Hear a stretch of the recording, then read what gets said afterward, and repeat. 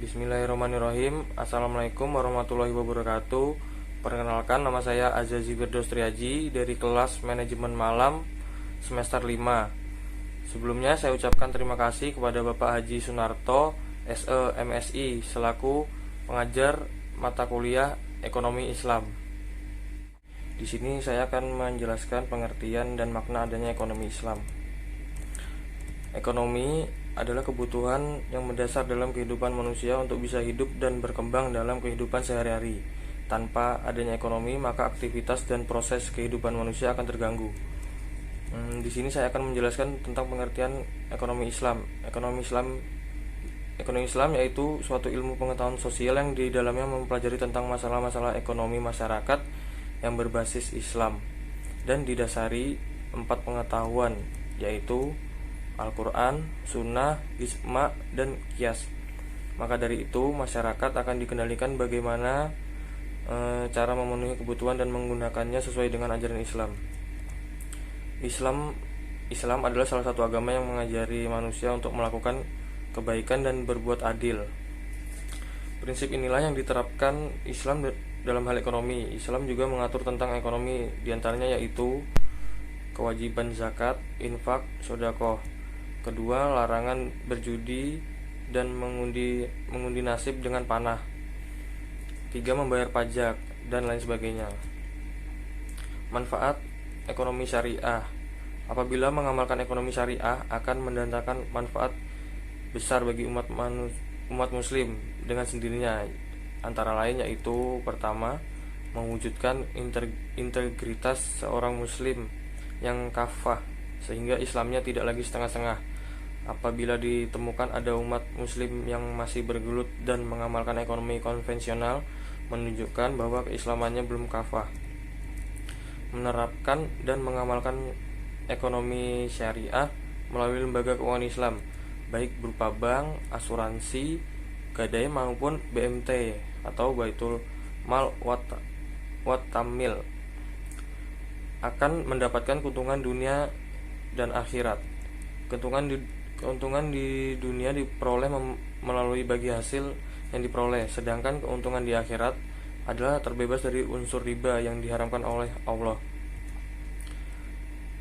Selanjutnya, praktik ekonomi berdasarkan syariat Islam mengandung nilai ibadah karena telah mengamalkan syariat Islam. Selanjutnya, mengamalkan ekonomi syariah melalui lembaga keuangan syariah berarti mendukung kemajuan lembaga ekonomi umat Islam. Mengamalkan ekonomi syariah dengan membuka tabungan, deposito, atau menjadi nasabah asuransi syariah berarti mendukung upaya pemberdayaan ekonomi umat sebab dana yang terkumpul akan dihimpun dan disalurkan melalui sektor perdagangan real.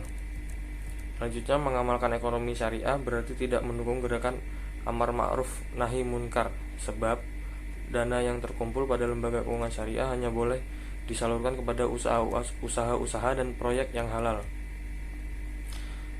Ekonomi Islam bertujuan agar dapat terpenuhinya semua kebutuhan manusia, bukan hanya satu orang melainkan semua umat manusia di muka bumi ini, agar supaya mencapai kesejahteraan sosial.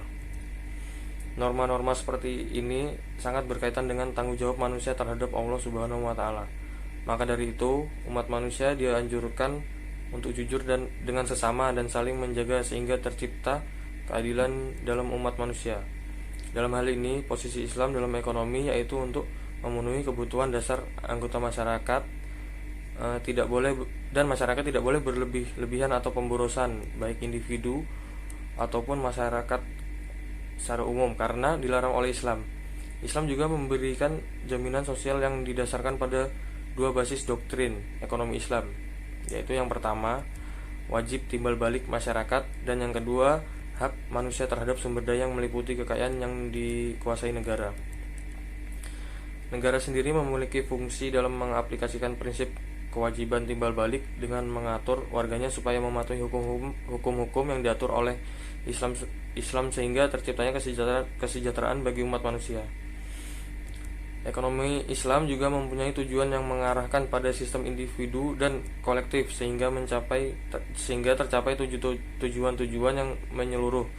Tujuan-tujuan tersebut diantaranya yaitu pertama, menyediakan dan menciptakan peluang-peluang bagi semua orang dalam kegiatan ekonomi. Yang kedua, memberantas kemiskinan dan memenuhi kebutuhan dasar bagi semua umat manusia. Yang ketiga, meningkatkan kesejahteraan ekonomi Islam. Dengan pemaparan saya tersebut, akan terciptanya pertumbuhan ekonomi Islam secara cepat karena terciptanya lapangan kerja serta adanya kejujuran dan keadilan dalam setiap individu masyarakat, sehingga masyarakat bisa hidup sejahtera.